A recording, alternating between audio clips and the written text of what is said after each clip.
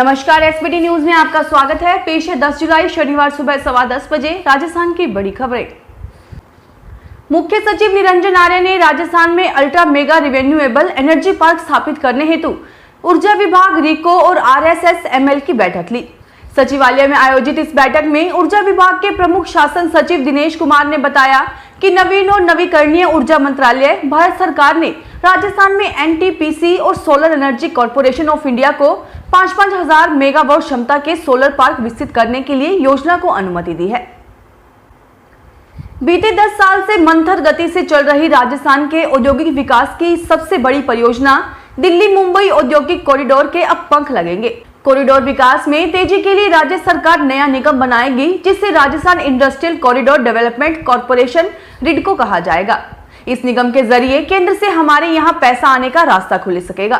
केंद्र और राज्य सरकार की हिस्सेदारी वाले कॉर्पोरेशन में रीको के प्रबंध निदेशक समेत दोनों सरकारों के 3 निदेशक होंगे। मुख्यमंत्री अशोक गहलोत की परियोजना के लिए स्पेशल पर्पस व्हीकल SPV गठन की मंजूरी देने के बाद सरकार ने नए निगम का खाका तैयार कर लिया है।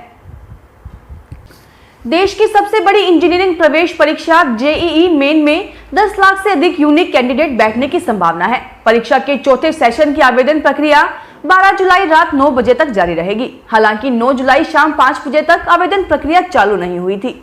गत वर्ष JEE मेन के परिणामों में 24 विद्यार्थी ऐसे थे जिन्होंने 100 परसेंटाइल NTA स्कोर किया था। वहीं इस वर्ष हुई JEE मेन फरवरी व मार्च में 19 विद्यार्थी ऐसे रहे जिनका NTA स्कोर 100 परसेंटाइल रहा और अभी जुलाई एवं अगस्त की परीक्षाएं शेष हैं। मसूरी के फेमस केम्प्टी फॉल का दृश्य देखने के लिए कोरोना की चिंता को दरकिनार कर टूरिस्ट की भीड़ उमड़ पड़ी है। टूरिस्ट प्लेस पर लोगों की बढ़ती भीड़ पर स्वास्थ्य मंत्रालय ने चिंता जताई है। यहाँ न तो सोशल डिस्टेंसिंग का पालन हो रहा है और न ही लोग मास्क लगा रहे हैं। स्वास्थ्य मंत्रालय ने कहा है कि अगर ऐसे ही चलता रहा तो तीसरी लहर भी आ सकती है। केरल में कोरोना के साथ जीका वायरस का खतरा चिंता बढ़ाने लगा है। राज्य में शुक्रवार को 13 नए मामले सामने आए हैं। एक दिन पहले ही एक गर्भवती महिला में इसकी वायरस की पुष्टि हुई है। जीका वायरस से संक्रमित होने के लक्षण डेंगू जैसे ही होते हैं, जैसे बुखार आना, शरीर पर चकत्ते पड़ना और जोड़ों में दर्द। राज्य की स्वास्थ्य मंत्री वीणा जॉर्ज ने बताया कि गुरुवार को ही पुणे स्थित राष्ट्रीय विषाणु विज्ञान संस्थान को 19 संदिग्धों के सैंपल भेजे गए थे। शुक्रवार को रिपोर्ट आई तो 13 लोगों में जीका वायरस की पुष्टि हुई है। संक्रमितों में डॉक्टर समेत 13 स्वास्थ्य कर्मी शामिल हैं। राजस्थान सरकार की ओर से मंत्री, विधायक, आधिकारिक कर्मचारियों के लिए घोषित नई स्वास्थ्य योजना से जुड़ने के लिए मासिक 135 से 875 रुपए प्रति माह तक राशि देनी होगी। 2004 के बाद आए IAS अधिकारियों व कर्मचारियों के प्रीमियम में 300 रुपए का अंतर है। वहीं इससे पहले नियुक्ति पाने वालों के लिए अंतर 610 रुपए रखा गया है। वित्त विभाग ने इस बारे में आदेश कर 4 श्रेणियां बनाई हैं। इन सभी श्रेणियों के आने वालों को सालाना 10 लाख रुपए तक का कैशलेस इलाज मिल सकेगा। जयपुर कलेक्ट्रेट पर भारतीय जनता युवा मोर्चा के कार्यकर्ताओं पर लाठीचार्ज के बाद भाजपा प्रदेश अध्यक्ष सतीश पुनिया घायल कार्यकर्ताओं से मिलने सवाई मानसिंह अस्पताल के ट्रॉमा सेंटर में पहुंचे। कलेक्ट्रेट पर प्रदर्शन के दौरान पुलिस लाठीचार्ज में कार्यकर्ता घायल हुए थे।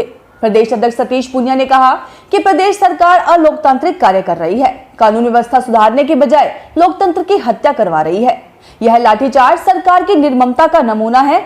झालावाड़, अलवर सहित प्रदेश भर में महिलाओं, बच्चों और आम जनता पर अत्याचार की घटनाओं पर लगाम लगाने के बजाय लोकतांत्रिक तरीके से प्रदर्शन कर भारतीय जनता पार्टी के युवा कार्यकर्ताओं पर लाठीचार्ज करना निंदनीय है। बाड़मेर में रेगिस्तान में तेल की खोज के काज को 2015 के बाद मुश्किल से 2016-17 में इजाजत तो मिली, लेकिन लगातार 2 साल का कोरोना काल कोढ़ में खाज साबित हुआ है। बाड़मेर संचोर बेसिन के 10 नए ब्लॉक में अन्वेषण नहीं हो पा रहा है। कंपनियों ने फिक्रमंद होते हुए अन्वेषण के समय को बढ़ाने की इजाजत मांगी है। करीब 10,000 करोड़ इस प्रोजेक्ट का सीधा लाभ प्रदेश के मेगा प्रोजेक्ट रिफाइनरी को होना था। रेगिस्तान में तेल खोज का कार्य 2015 तक जारी था, लेकिन इसके बाद आई आर्थिक मंदी और तेल क्षेत्र में दाम गिरने के बाद नई खोज की इजाजत नहीं मिल रही थी। कोरोना काल के बाद भागदौड़ भरी जिंदगी में जनजीवन तेजी से पटरी पर लौट रहा है। इस बीच जगत के पालनहार भगवान विष्णु 10 दिन बाद 20 जुलाई को 4 महीने के लिए योग निद्रा में चले जाएंगे, परंतु इस बार भगवान विष्णु बीते 6 साल में 3 दिन कम सोएंगे। ज्योतिषविदों के मुताबिक इन 4 महीनों के दौरान जगत की देखरेख भगवान शिव करेंगे। वहीं विवाह, दीक्षा ग्रहण, गृह प्रवेश, यज्ञ, यज्ञोपवीत संस्कार जैसे शुभ कार्य 4 महीनों के लिए पूर्णतः वर्जित रहेंगे। 20 जुलाई से 14 नवंबर तक भगवान विष्णु 117 दिन सोएंगे। तिथियों की घटत बढ़त के कारण चंद्रमा के तेज गति से तिथियों का क्षय होने से पूरे 4 महीने नहीं होकर इनमें 3 दिन कम हो रहे हैं। उत्तर पश्चिम भारत में करीब 1 सप्ताह तक लू के प्रकोप के बाद शुक्रवार को तापमान में गिरावट देखी गई, लेकिन क्षेत्र में मानसून की स्थिति बेहतर नहीं होने से उच्च आर्द्रता के कारण लोगों को उमस भरी गर्मी का सामना करना पड़ा। मौसम विभाग ने इसकी जानकारी दी। भारत मौसम विज्ञान विभाग ने शुक्रवार को एक वक्तव्य में कहा कि दिल्ली, पश्चिमी उत्तर प्रदेश, पंजाब, हरियाणा और राजस्थान में अगले 24 घंटों के दौरान दक्षिण पश्चिम मानसून के आगे बढ़ने के लिए परिस्थितियां अनुकूल है। राजस्थान, उत्तर प्रदेश और उत्तराखंड के कुछ इलाकों में शुक्रवार से ही हल्की से मध्यम दर्जे की बारिश होना शुरू हो गई।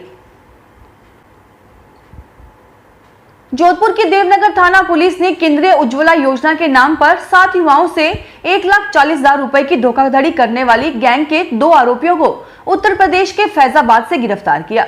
आरोपियों ने श्रीगंगानगर व अन्य जगह भी ठगी करने की जानकारी दी है।